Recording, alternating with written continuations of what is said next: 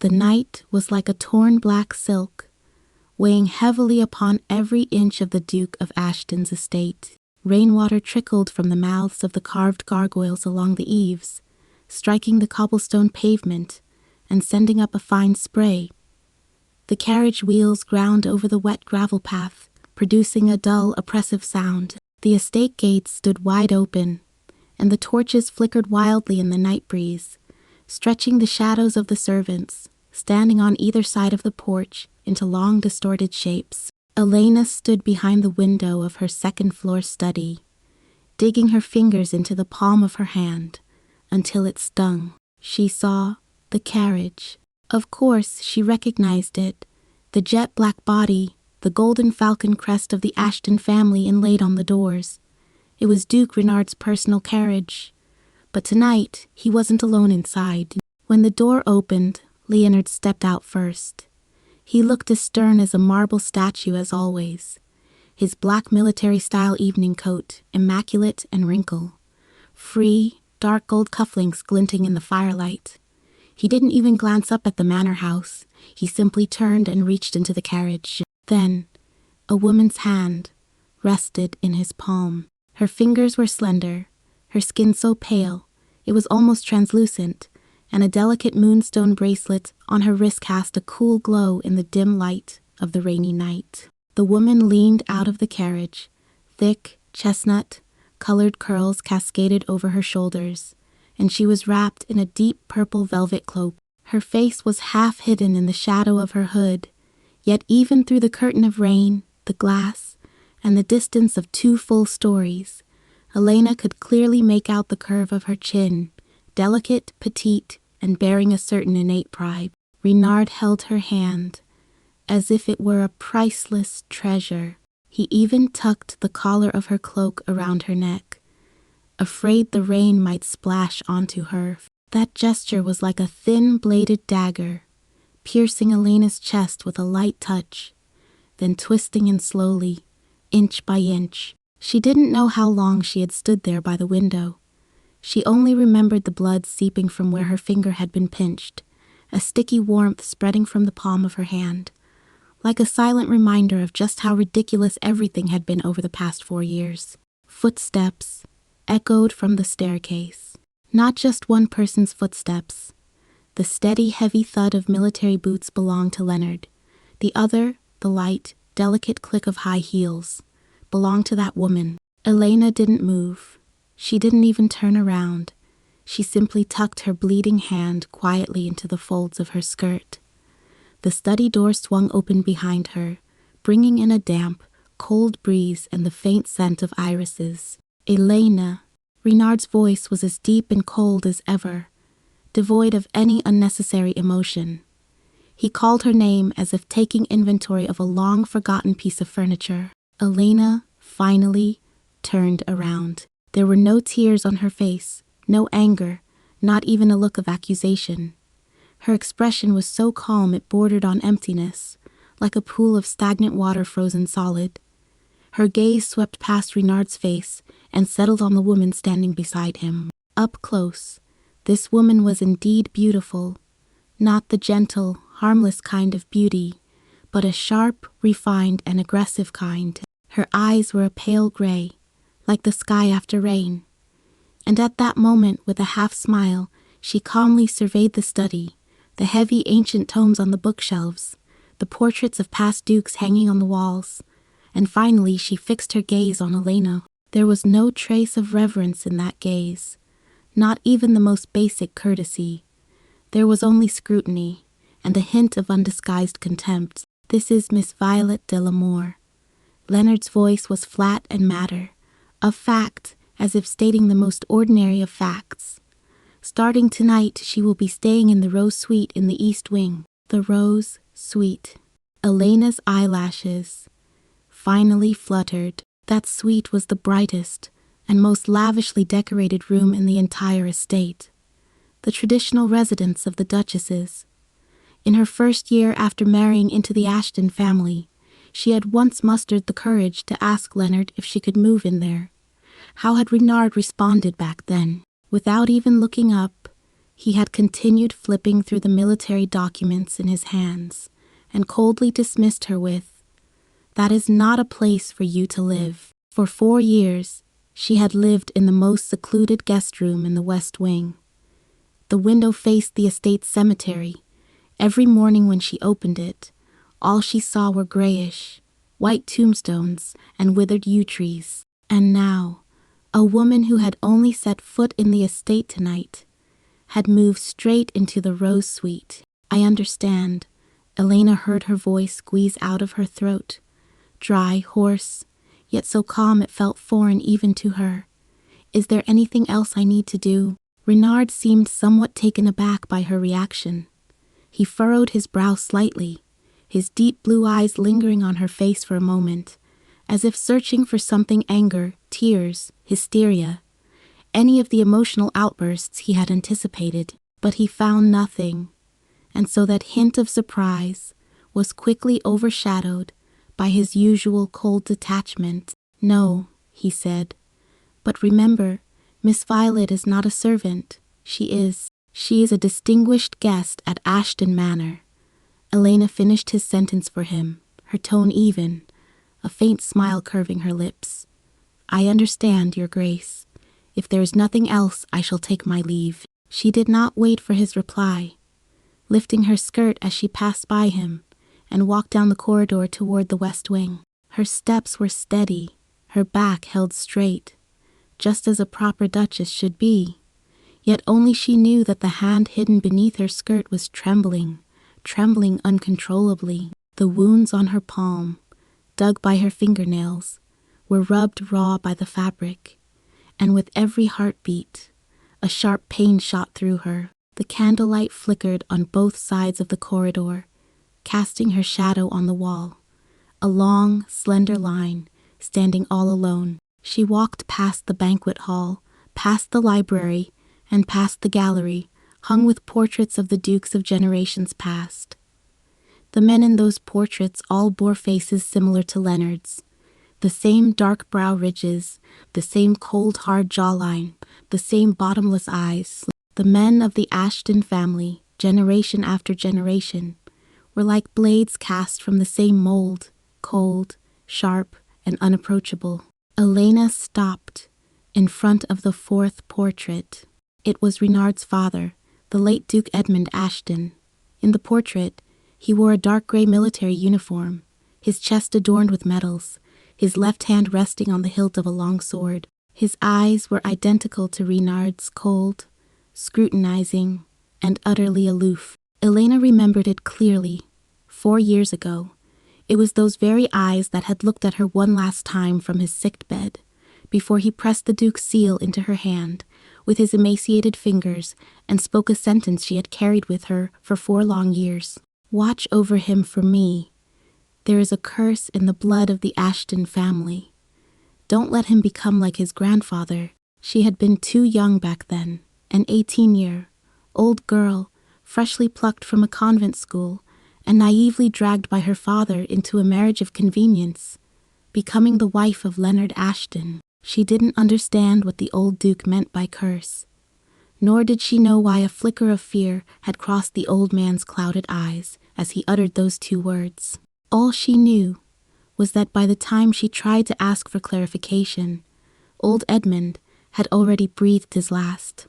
And as she clutched that heavy, cold ducal signet ring, before she'd even had time to process those final words, she was told the wedding would take place 3 months after the funeral. From that day on, she became the Duchess of Ashton, in name only. It had been 4 years, and Leonard had never touched her. It wasn't the kind of not touching that comes from coldness or distance between spouses, but a disregard that seeped from his very bones. He didn't look at her, didn't speak to her, and never mentioned her name of his own accord in any setting. He had placed her in the most remote corner of the estate, as if she were a gift of no practical value that he had been forced to accept. During her first year at the Duke's estate, Elena had tried to fight back. She learned to be a proper and elegant duchess, managing the estate's affairs for him, receiving visiting nobles on his behalf, and even, at the risk of being scolded, offering suggestions on border defenses she'd heard from her father during several military meetings. In return, he coldly dismissed her in front of a room full of generals, with a single sentence: "You need only be a mere ornament." An ornament. That word felt like a rusty nail, driven ruthlessly into the core of her pride. From that day on, she stopped trying to please him. She retreated to her small room in the West Wing and devoted all her energy to another pursuit: uncovering the secrets of the Ashton family. She combed through the estate's entire library, sifting through mountains of dust to uncover a fragment of a family tree from over a century ago, several diaries sealed in iron boxes, and a copy of a contract written in ancient Latin. Those scattered clues, like an underground river, gradually led her toward a truth she herself could scarcely believe. Indeed, an ancient curse flowed through the veins of the Ashton family. It was a blood debt incurred by the third Duke of Ashton during a war, involving a priest of a now vanished foreign tribe. The details of the curse were vague and scattered across records from different eras, but every clue pointed to the same core: the men of the Ashton family would never find true love in their lifetimes. Once they fell in love, they would destroy the object of their affection with their own hands and ultimately descend into madness and ruin. Renard's grandfather, the fifth Duke, was said to have suddenly gone mad in the prime of his life, strangling his own wife with his bare hands before leaping from the highest tower of the estate. This secret weighed on Elena's chest like a massive block of ice, crushing her for 4 long years. She had once considered telling Renard all of this, but every time she tried to speak, all she saw were his eyes, cold enough to freeze a person solid.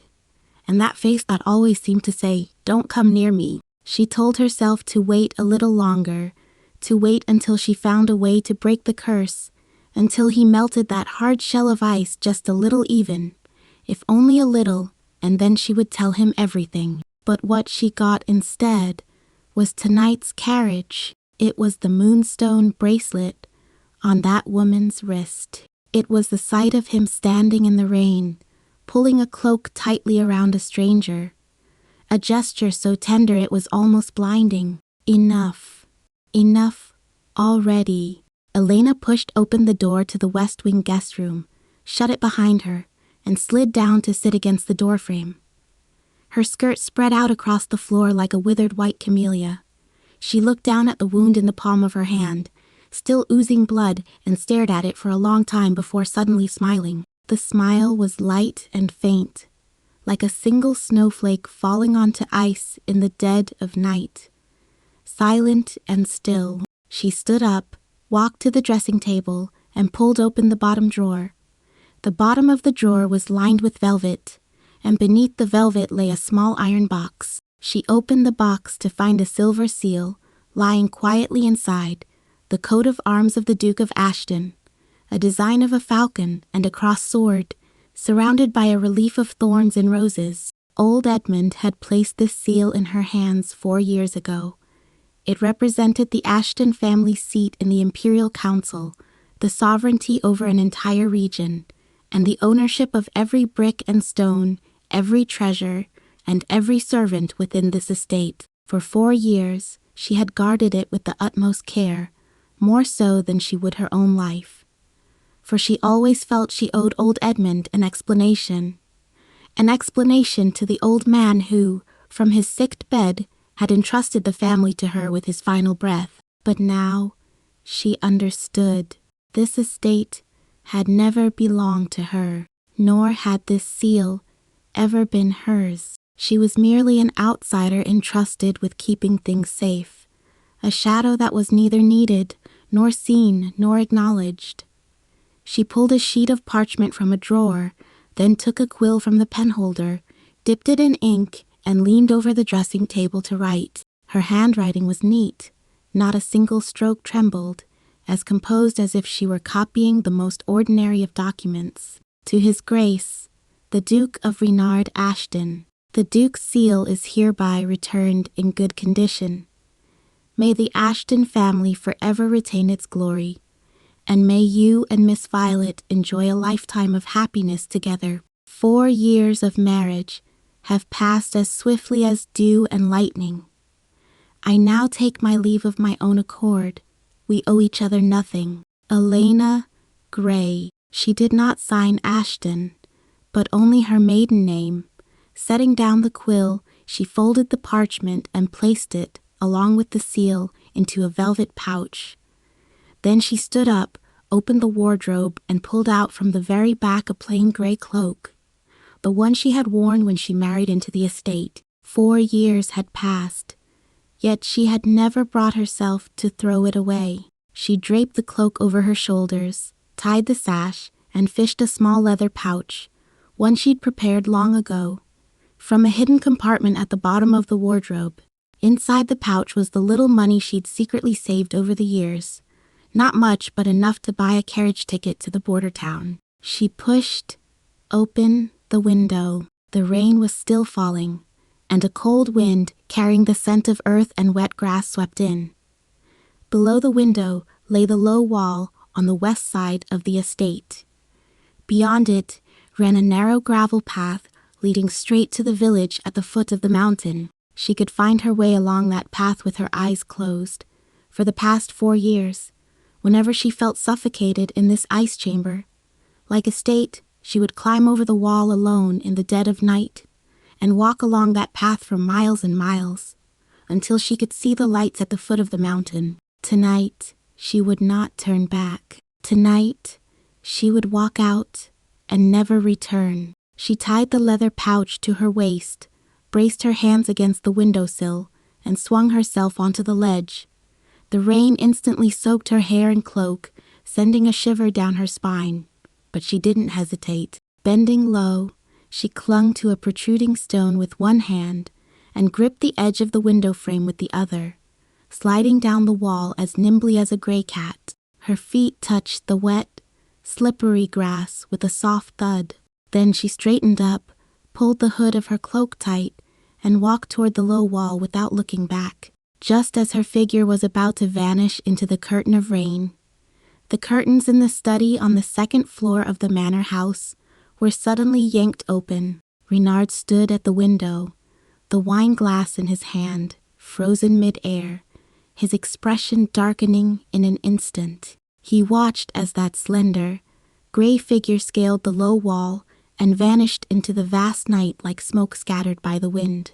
At first, he had merely felt irritated.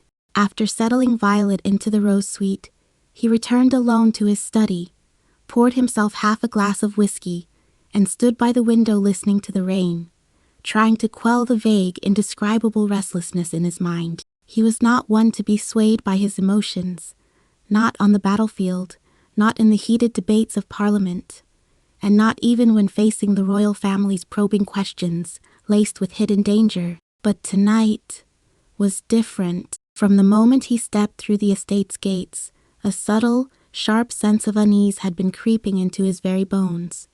He couldn't quite put his finger on why. Perhaps it was the look in Elena's eyes as she stood in the study watching him. No tears, no outbursts, no accusations, a calmness so profound, it was almost transparent, like a deep pool that swallowed everything whole, revealing nothing. It wasn't as if she hadn't cried over the past 4 years. In the first year, after he had scolded her in front of a room full of generals, she returned to her room, shut the door, and wept all night. He knew, of course, the servant on night watch in the corridor had reported it to him the very next day, in a roundabout way. At the time, he'd felt a fleeting irritation, not pity, but pure irritation, like the instinctive resistance of someone forced to deal with an unnecessary nuisance. He deliberately didn't go to her, deliberately not setting foot in the West Wing for several days straight. After that, she stopped crying. At least, she stopped crying where he could hear her. From then on, she became a quiet, proper, almost transparent duchess. She no longer appeared before him of her own accord, nor did she attempt to involve herself in the estate's affairs. She merely linked her arm through his at necessary public events, her smile proper and her words gentle. Like a meticulously calibrated mechanical doll, every expression perfectly measured, Not a jot more, not a jot less. He used to think this was fine. It was hassle-free. But tonight, her calmness was different from her previous quietness. Her previous quietness had been a kind of restrained, suppressed withdrawal, tinged with cautious flattery. Tonight's calm, however, was a kind of he couldn't quite put his finger on it, a relaxation that came from having finally let go of something. It was as if she had been holding a string taut for 4 years, and the moment she saw Violet, she suddenly let go, allowing the string to snap. This thought filled Renard with a wave of inexplicable unease. He raised his glass and took a long swig. The whiskey burned its way down his throat, yet failed to dispel that unease. Then he heard the sound of a door opening behind him. Violet stood in the doorway, already dressed in a dark green silk nightgown, her chestnut curls falling loosely over her shoulders. She leaned against the doorframe, a faint, almost careless smile playing at the corners of her mouth, her gaze sweeping lazily across the study before settling on Renard. "Your wife is quite interesting," she said, her tone carrying a light, playful air, as if she were appraising some novelty she'd just spotted at the market. "I thought she'd cry, or throw things, or at least give you a piece of her mind. A man like you must be used to women going mad over you." Renard didn't turn around. His voice was as cold and hard as frozen iron. "This is none of your business." "Oh, don't be like that," Violet chuckled, walking barefoot across the carpet to stand behind him and resting a finger lightly on his shoulder. "There's no clause in our agreement that says you can't discuss your lawful wife. I'm just curious. You've kept her in that place in the West Wing, ignoring her for 4 years, and tonight you brought a complete stranger straight into the Duchess's suite. Any other woman would have gone mad, yet she curtsied to you as if nothing were wrong and walked away quietly. There are only 2 possibilities." Her finger traced a circle on his shoulder, her voice dropping slightly. "Either she doesn't care about you at all, or she no longer cares." Those 2 don't cares felt like 2 needles, one after the other piercing Renard's spine. He spun around abruptly and grabbed Violet's wrist so tightly she gasped. "I told you this is none of your business. You just need to do what you promised me. The rest." Mid-sentence, his peripheral vision caught something outside the window, and he froze. Through the curtain of rain, a gray shadow was scaling the low wall on the west side of the estate. Renard froze in place as if struck by lightning. He knew that low wall all too well.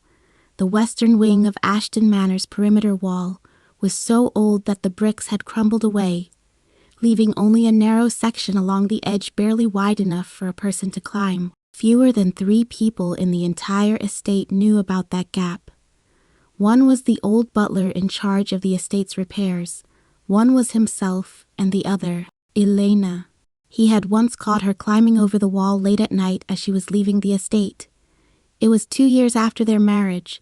He had returned from the barracks in the middle of the night and spotted a slender figure perched on the wall from a distance, her gray-white nightgown billowing in the night breeze. At first, he thought it was some daring maid attempting to run away, but as he drew closer, he realized it was her. When she saw him, a flash of panic and guilt crossed her face, but it was quickly replaced by a stubborn coldness. She offered no explanation, merely sliding down from the wall to stand barefoot on the cold grass. She walked past him with her head bowed, not uttering a single word from start to finish. He didn't ask, either. At the time, he thought, she could go wherever she pleased. But now, as that gray figure scaled the wall for the second time under his gaze, a panic unlike any he'd ever felt suddenly poured over him like a bucket of ice water. He recognized the gray cloak draped over her. It was the one she'd worn on the day she married into the estate. 4 years had passed, and she had actually kept it all this time. She had placed the velvet bag at the entrance to the study. It was the old butler Hawkins who discovered the bag at 4 o'clock in the morning. He had risen as usual to make his rounds of the manor house, carrying a dim oil lamp. As he walked down the second-floor corridor, his foot suddenly kicked something soft and spongy. He looked down and saw a palm-sized, deep blue velvet pouch lying quietly on the carpet at the study door. The opening was wide open, revealing a corner of a parchment inside. Higgins's fingers were already trembling as he bent down to pick it up. Having lived 67 years and served 3 generations of the Ashton Dukes, he knew all too well what might be contained in such a pouch. With trembling hands, he emptied its contents.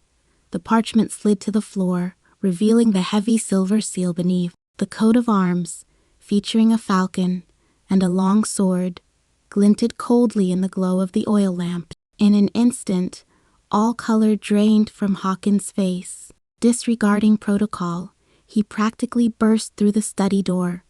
Renard was not inside. He had stormed out of the manor half an hour earlier, like a whirlwind, leading a full squadron of mounted guards in pursuit down the mountain through the rain. The entire estate had been roused by his orders. Servants frantically lit torches and scurried between the stables and the armory. The study was empty. The fire in the hearth had long since gone out, leaving only the cold, acrid smell of ashes. Hawkins bent down, trembling as he picked up the parchment, and read the few lines of neat handwriting by the light of the oil lamp. His hands shook so violently he could no longer hold the parchment. It drifted to the floor like a withered leaf blown by the wind. The old man gripped the edge of the desk and slowly, heavily, knelt down, bowing his aged head toward the west wing. His lips moved, uttering sounds as intermittent as the wind rustling through dry grass. The old Duke, the thing you feared, has finally come to pass. He was speaking of old Edmund Ashton, Renard's father, the former Duke who had breathed his last on his sick 4 years prior. Hawkins was the only person in the entire estate who knew the whole truth, aside from Elena. 4 years ago, on that rainy night when the elder Edmund was on his deathbed, Hawkins had stood guard at the bedroom door. He had heard with his own ears as the old master pressed the ducal seal into the hands of the young Elena Gray, uttering his final words with his last breath. "Watch over him for me. There is a curse in the blood of the Ashton family. Don't let him become like his grandfather." Elena had just turned 18 at the time, her eyes wide and her face still bearing the innocence she'd brought with her from the convent school. Clutching the cold seal, she knelt by the sick, trembling with sobs, yet she still nodded through gritted teeth. Hawkins remembered that after the old Duke's death, the girl seemed to have suddenly aged 10 years.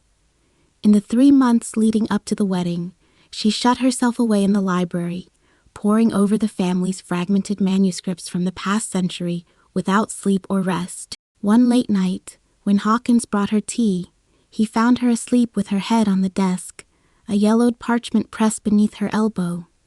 He leaned in for a closer look, and when his gaze fell upon a line of ancient Latin inscribed on the parchment, he froze in place as if struck by lightning. He recognized those words. 30 years ago, old Edmund had summoned him into the study late one night, holding a handwritten copy of that very same fragment.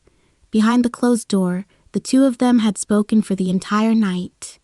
After that night, Hawkins had sworn a solemn oath to the heavens that he would take this secret to his grave. But he never imagined that this girl, who had just turned 18, would, driven by a stubbornness bordering on obsession, spend 3 months digging that secret out from beneath a mountain of dust. When Elena awoke, she saw Hawkins standing before her, his face as white as a sheet.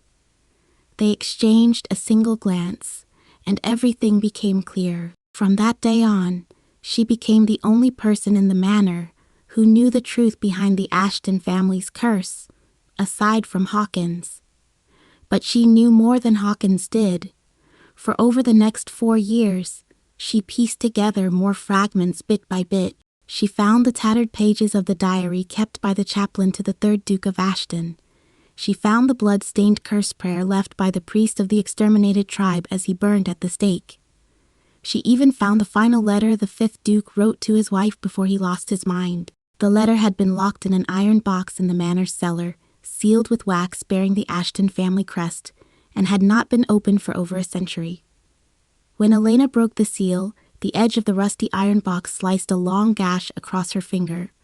Blood dripped onto the paper, spreading into a small dark red stain. She finished reading the letter by the dim candlelight, then covered her mouth and wept silently for a long time.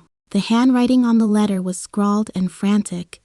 In some places, the pen tip had torn through the paper, as if the writer could no longer control his own fingers. In the letter, the fifth Duke repeated the same phrase over and over. "It's in my blood, it's devouring me. And when I close my eyes, I can hear the priests singing in the fire." At the end of the letter were a few lines of almost illegible, scrawled capital letters. "If I kill her, do not forgive me, but I love her. I swear on my soul, I will love her until my dying day." The next day, he strangled his wife and then jumped from the tower. Elena resealed the letter and placed it back in the iron box. She told no one, not even Hawkins, for she always felt that this curse should not be unraveled by others. It lay buried in the bloodline of the Ashton family, like a landmine that had lain dormant for a century, and the moment she married Renard, she had already stood directly above it. She spent 4 whole years scouring every available clue, trying to find a way to break the curse. In the fragments of a manuscript, she had read a vague phrase: "Blood debt must be repaid with blood, yet if true love endures, the curse may be severed." She didn't understand what it meant, but she had a vague feeling that Renard must know all of this. Yet every time she tried to get close to him, she was rebuffed by that impenetrable shell of ice. She tried to melt him with tenderness, to persuade him with reason, to wait for him in silence. None of it worked. His coldness was like the walls of Ashton Manor, thick, ancient, and unshakable. And tonight, she finally understood. It wasn't that the shell of ice was too thick. It was that he simply didn't want her to melt it. He could pull a cloak tightly around a woman he just brought in, take another woman's hand in the rain, and without hesitation give the Duchess's rose sweet to someone whose surname didn't even belong to the Ashton family. All his coldness was selectively directed toward her alone. So she left. Hawkins knelt on the study floor, tears of age streaming down his deeply lined face. He had lived nearly 70 years, witnessed mountains of corpses and rivers of blood on the battlefield, seen the sordid intrigues of the nobility in secret chambers, and watched old Edmund Ashton sit alone by the fireplace until dawn on the night he learned the truth of the curse, his knees covered in ash. Yet he had never felt such despair as he did at that moment, for he knew that the Duke's seal was not something to be returned lightly.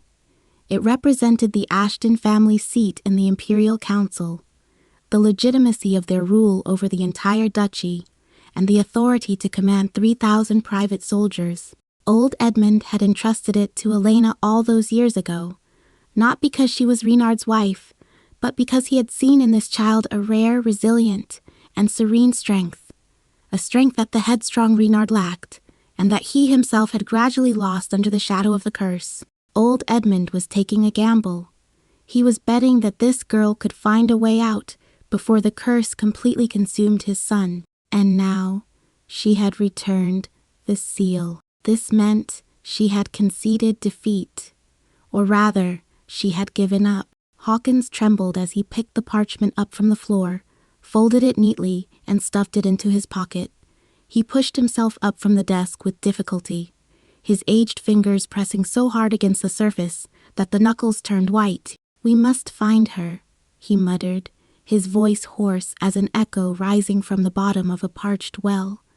"Not for the Ashton family, but for the child herself." No one could hear the meaning behind his words. The rain continued to fall. On the path behind the estate, the mud was churned up by horse hooves, splattering like a shredded black silk ribbon. Renard rode atop his black warhorse, rain streaming down the edges of his cloak and soaking the collar of the military-style dress uniform beneath. His eyes were fixed intently on the dark mountain path ahead, and his knuckles had turned white from gripping the reins too tightly. 12 mounted bodyguards followed behind him, their torches crackling in the rain. On the verge of being extinguished at any moment, the same image played over and over in Renard's mind, that gray shadow scaling the low wall, vanishing into the rain like a wisp of smoke. Her movements were too swift, too decisive, too unhesitating, as if she had been waiting for this moment for a very long time. She had been waiting for this moment for a very long time. The thought felt like a blunt knife, twisting slowly and painfully in his chest. He began to search his mind for every memory of her, forcing himself to recall what she had done and said over the past 4 years, and whether she had ever given him any hints. But as he actually began to recall, he discovered a fact that sent a chill down his spine. His memories of her were pitifully few. He remembered the cautious hope in her eyes when she stood at the study door and asked if she could move into the rose suite. He remembered the tears welling up in her eyes, tears she fought back with all her might after he had scolded her in front of the generals. He remembered the almost stubborn, unyielding coldness on her face when he caught her climbing over the wall late at night. But he had never truly seriously considered what she was thinking. Why did she want to move into the rose suite? Because she wanted to be closer to him. Why did she offer suggestions at the military conference? Because she wanted to help him. Why did she climb over the wall in the dead of night? Because to her, this estate was a prison more lonely than a grave. These truths were so simple, they were almost foolish, yet it took him 4 years to figure them out. And he discovered an even more terrifying truth. He wasn't even sure if she still loved him, or, for that matter, if she had ever loved him at all. She had married him because her father had shoved her into the Ashton family as a political pawn. Her father, the Earl of Grey, was a down-and-out nobleman from a small estate on the border. He had married his daughter into the Duke's household in exchange for a contract with the Ashton family for military supplies. From the very first day, this marriage had been a blatant transaction, and Leonard knew it all too well. So he instinctively classified Elena as merchandise, something to be accepted without a second thought. But he had overlooked one thing. A bargaining chip wouldn't spend 4 years, day and night, poring over every tattered manuscript in the library. A bargaining chip wouldn't keep digging through the cellar, even after a metal box cut her finger. A bargaining chip wouldn't treat old Edmund's dying words as a mission, shouldering that burden for 4 long years. From the very first day she married into the estate, she had been more than just a bargaining chip. She was the only one who had taken old Edmund's dying words seriously. And yet, he only realized this after she had returned everything to him. "My lord." The scout riding ahead suddenly reined in his horse and called back to him. "There are footprints at the fork ahead. They lead toward the old stone bridge." Renard snapped out of his reverie, dug his heels into his horse's flanks, and the war horse let out a whinny as it galloped toward the old stone bridge, its hooves kicking up mud and water. The old stone bridge spanned a deep ravine at the edge of the estate's lands. The bridge deck was barely wide enough for 2 horses to pass side by side, with no railings on either side. Below lay a boulder-strewn bed more than 20 feet deep, where the river crashed against the rocks, shattering into pieces and emitting a muffled roar. This bridge was the only shortcut to the town down the mountain, but on a rainy night, the surface was as slippery as if coated in oil. The slightest misstep could send both rider and horse tumbling down. Yet Elena was alone, without a horse or a lantern, clad only in a thin gray cloak, and had been walking in this downpour for nearly 2 hours.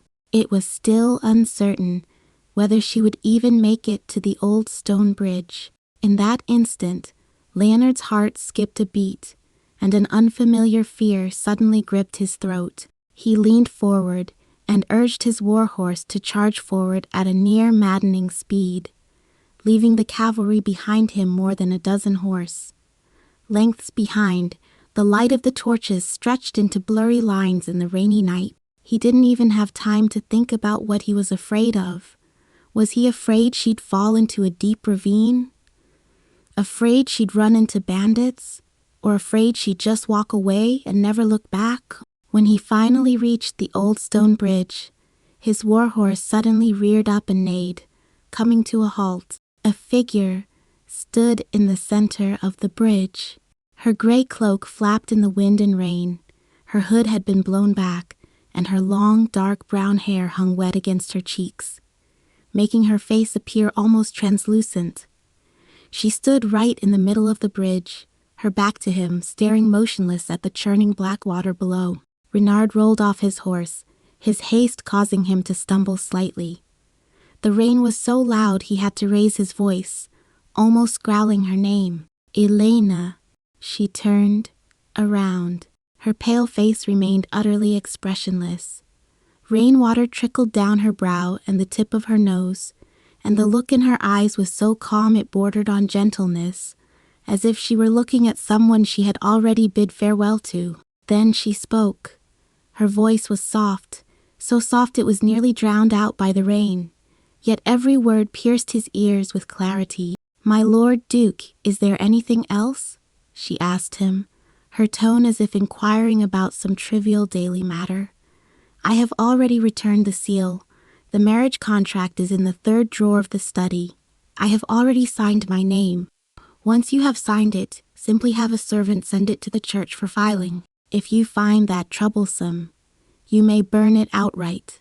The church will not hold the Duke's household accountable." When she finished speaking, she even gave him a slight curtsy, like a dutiful steward handing over final instructions. Renard froze in place. Rain pelted his face, trickling down his jawline and into his collar, the icy sensation spreading all the way to his chest. He wanted to say something, to order her back, to demand to know how she dared to unilaterally end their 4-year marriage, based on nothing more than a single note. But his throat felt as if something had clamped down on it, and not a single word would come out, because, after she spoke those words, she had curved the corners of her mouth slightly toward him. It wasn't mockery, nor anger, nor resentment. It was merely a faint, polite, farewell smile. Then she turned away, pulled her cloak tighter around herself, and continued walking toward the other end of the bridge. Her footsteps were light, so light they felt as if she were treading on his heart. With every step, the taut string vibrated even more violently. Renard stood rooted to the spot at the bridgehead. Rain soaked his hair, trickling down his temples into his eyes. Yet he didn't even blink. He watched her retreating figure grow ever more distant and blurred. Her gray cloak was on the verge of dissolving at the junction of the night, and the rain, like a drop of ink falling into deep water, seemingly about to vanish without a trace. His body reacted before his mind could. He took the first step, then the second, a third. The soles of his boots made a dull thud on the slippery stone bridge as his pace quickened, until he was practically sprinting. Just as she was about to step off the bridge, he suddenly grabbed her wrist with such force that she was yanked back, her back colliding with his chest with a dull thud. "What gives you the right?" He finally squeezed the words out from the depths of his throat. His voice was hoarse, like iron sanded by sandpaper, carrying a tremor, almost uncontrollable, that was unfamiliar even to him. Elena didn't struggle. She let him grip her wrist, not even turning her head. She could feel his fingers clamping down on her bones like iron pincers, the pressure so intense that her wrist was already going numb. But she simply stood there quietly, rain dripping from the tips of her hair onto the bridge, drop after drop, like some silent timekeeper. "On what grounds?" she repeated his question, her tone still unnaturally calm, as if a teacher had asked her a question in class about a topic she knew by heart. Your Grace, I believe I have made myself perfectly clear. The seal has been returned, the marriage contract signed, and the rose suite vacated. You may move in with Miss Violet. If she doesn't like the color of the curtains, they can be changed. As for that Baroque dressing table, I paid for it out of my own pocket 4 years ago. If she finds it an eyesore, just have it moved to the storeroom. Her tone was flat as she spoke these words, her seriousness bordering on cruelty.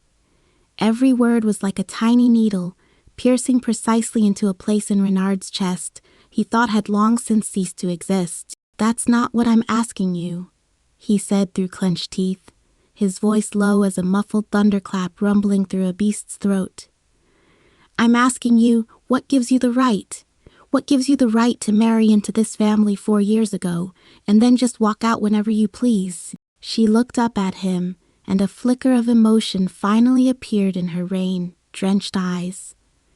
It was not anger, nor was it resentment, but an utterly exhausted, almost pitying calm. That look was like that of a person who had walked too long through the night, who finally saw at daybreak just how desolate the path she had traveled was, and so stopped, glanced back, and realized she had been alone all along. Do you really want to know? She asked him, the faint smile at the corner of her mouth not yet fully faded, like a withered flower still clinging to a branch. 4 years ago, when your father placed the seal in my hands, he said one thing to me. He said there was a curse in the blood of the Ashton family, and asked me to watch over you for him, to keep you from becoming like your grandfather. Renard's fingers tightened around her wrist. You never knew about this, did you? Elena looked him in the eye, her tone as certain as if stating a fact. Because he wouldn't let anyone tell you. He was afraid that once you knew, given your temperament, you'd throw yourself headlong into the mystery of that curse, scour every fragment of ancient text, do all sorts of reckless things, and ultimately drive yourself to ruin.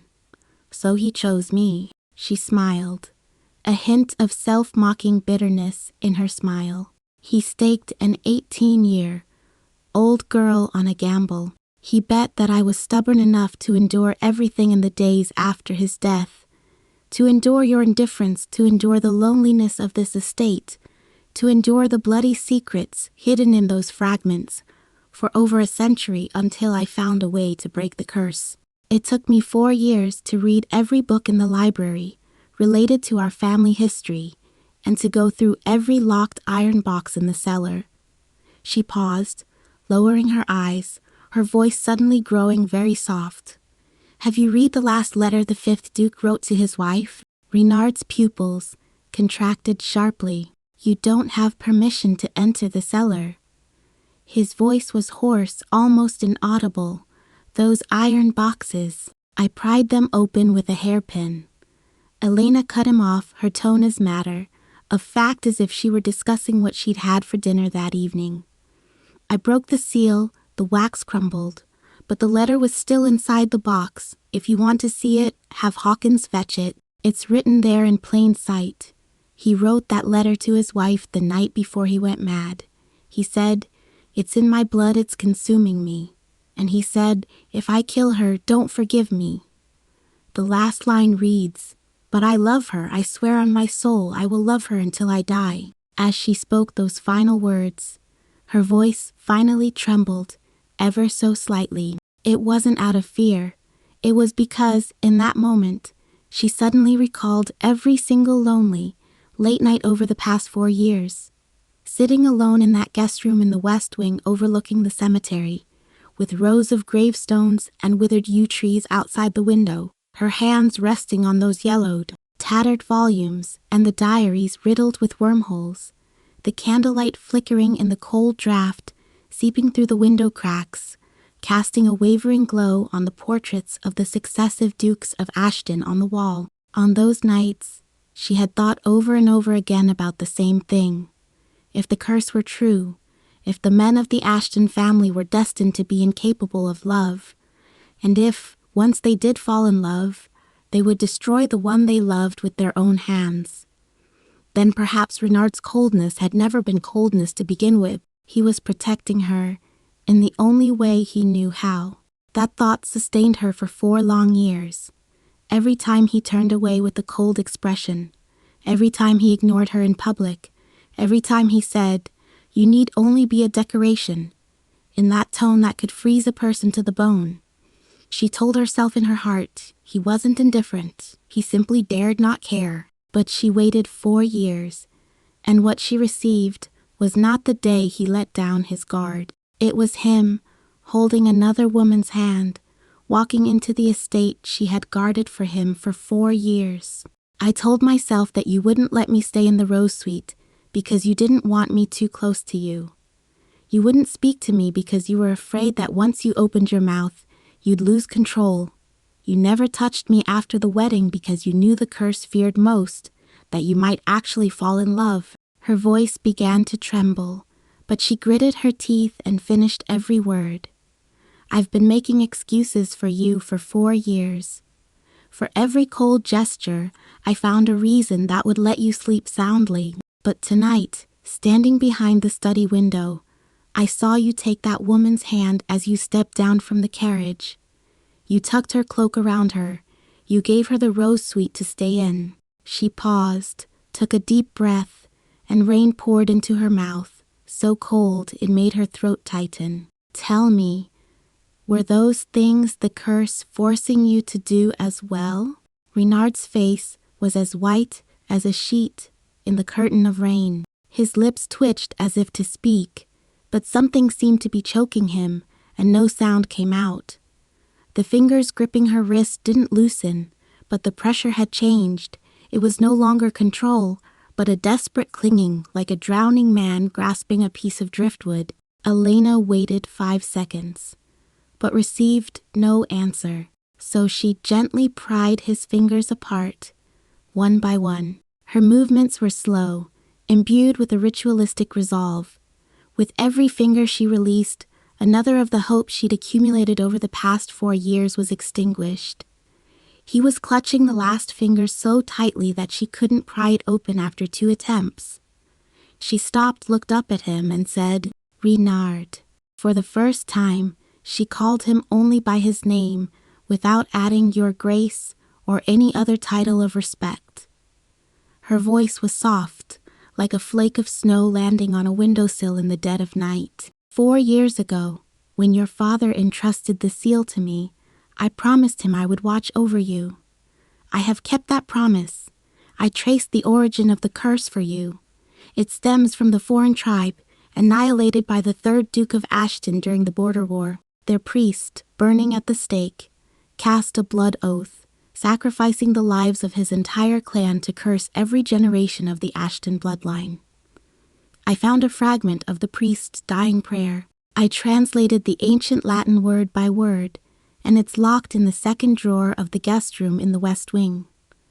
I also found a clue to breaking the curse.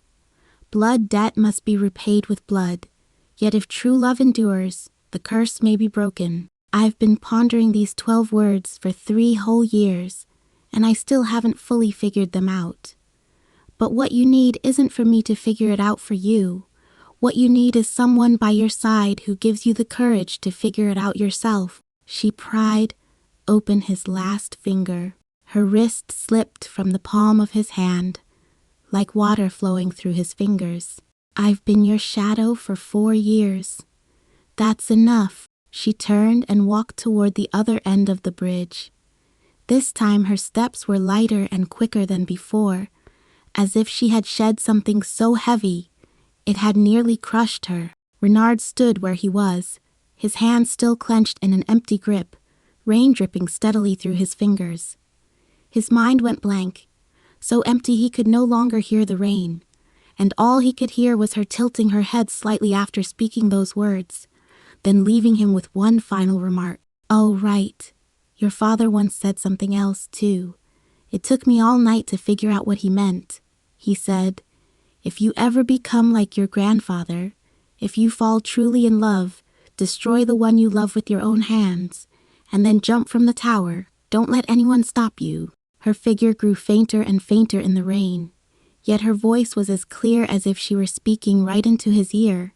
I used to think he was just making his final arrangements.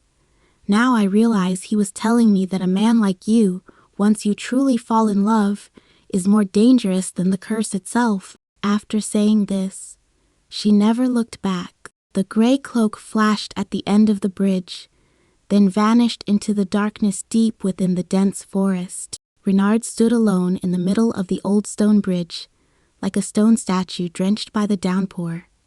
Behind him, the torches of his personal cavalry finally caught up from the mountain path, forming a line of flickering lights in the rainy night. The captain of the cavalry at the head dismounted, approached cautiously, and knelt on one knee a few paces away. "My lord, the footprints at the bridgehead indicate that the lady crossed here. Should we continue the pursuit down the mountain, or return to the manor?" Renard's voice suddenly regained its usual cold detachment and composure, startling the captain.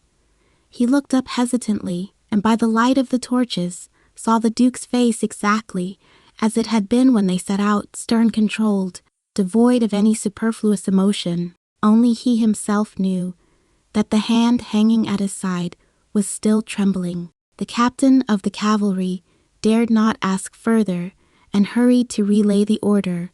The sound of hooves echoed through the rain once more, and a line of torchlight moved toward the manor. As Leonard swung himself into the saddle and pulled the reins to turn his horse around, his gaze involuntarily drifted toward the depths of the dense forest on the other side of the bridge. He could see nothing. The rain was too heavy. He gave his horse a gentle nudge in the flanks, and the steed set off toward the manor. Halfway there, he suddenly reined in the horse, turned his head toward the captain of the cavalry at his side, and spoke a single sentence in a tone as matter of fact as if issuing the most ordinary of military orders. "After daybreak, send 3 men to the post station in the town at the foot of the mountain to investigate. Don't disturb her, just make sure she arrived safely." "As you command, sir," the captain of the cavalry replied. After a moment's hesitation, he plucked up the courage to ask one more question. "Sir, if we find the lady, should we—" "There's no need to bring her back," Renard cut him off, his voice leaving no room for negotiation. "She can go wherever she pleases. The Ashton family's guards do not stop those who leave of their own free will." With that, he gave the reins a sharp tug, and his war horse bolted forward. The rain grew heavier, turning the mountain path into a muddy mess. The horse's hooves made a dull squelching sound as they struck the ground, as if treading on a waterlogged corpse. By the time they returned to the estate, dawn was nearly breaking. A murky, grayish-white hue was breaking over the eastern horizon. The rain had eased slightly but was still falling. Warm yellow candlelight shone through the windows on the second floor of the manor house. Hawkins was still waiting for him. Renard swung himself off his horse, tossed his soaked cloak to the groom who had come to meet him, and strode through the porch toward the main building. His boot soles left a trail of wet marks on the flagstone floor. Each step carried a force bordering on violence, as if he were venting some emotion he could not put into words through his footsteps. Sure enough, Hawkins was waiting for him at the study door. The old man's face was still pale, his eye bags heavy as if he hadn't slept for days and nights. But he was much calmer than when he had been kneeling on the ground trembling just a few hours earlier. Seeing Renard approach, soaked to the skin, he said nothing, but simply pulled the parchment and the velvet pouch from his pocket, cradling them in both hands as he handed them over. Renard took them, glanced down at the neat handwriting on the parchment, then tipped the seal out of the pouch and weighed it in his palm. It was heavy, much heavier than it looked. "When did she start looking into the curse?" he asked suddenly, his voice hoarse as if he'd just been dug out of a parched riverbed. Hawkins was silent for 2 seconds, then bowed his aged head, his voice so low it was barely audible. 3 months before the wedding. Renard's fingers tightened around the seal. 3 months before the wedding. Back then, she hadn't married him yet. She hadn't even worn the wedding dress he'd prepared for her. No, That dress wasn't even his doing. Old Edmund had ordered the butler to order it from his sickbed. He hadn't been involved in a single aspect of the wedding from start to finish, and yet she had already begun investigating curses on his behalf. An 18-year-old girl, just handed over by her father as a political pawn to a man she'd never met.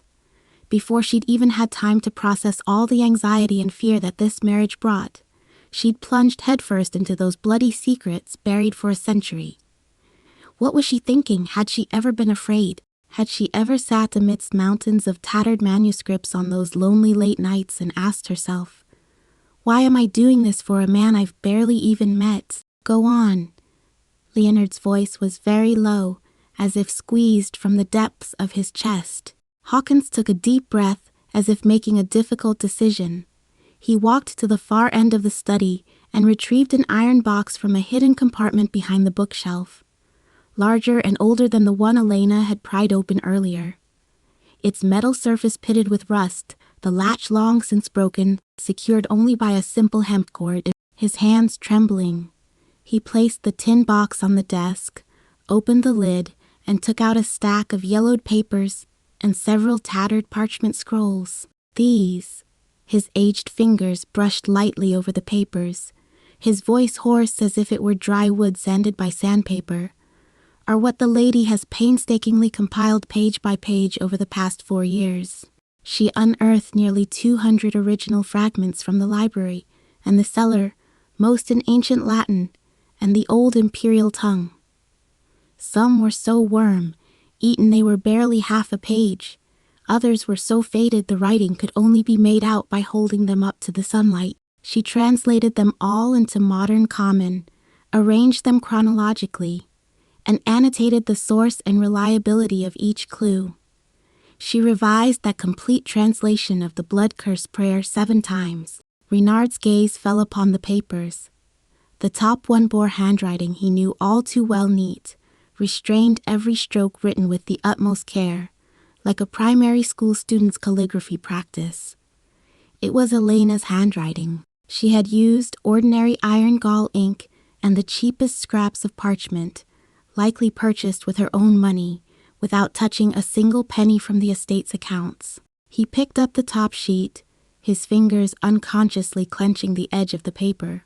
It read, "The 3rd Duke, Odric Ashton, led an army to subjugate the northern barbarian tribes between the years 312 and 317 of the imperial calendar. In the autumn of 317, after capturing the barbarians' sacred site, Valley of Ashes, he ordered that the entire tribe, more than 3,000 people, including the elderly, the infirm, women, and children, be bound to pyres and burned alive. As he faced death, the tribal high priest cast a blood curse in an ancient tongue.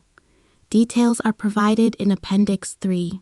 According to the fragments of the manuscript, the high priest continued to chant loudly even as the flames engulfed him, and the sound of the incantation only ceased when his flesh was completely consumed and his bones reduced to ash. In the lower right corner of the paper, she had written a note in minuscule script. A blood curse requires the caster's death to seal it.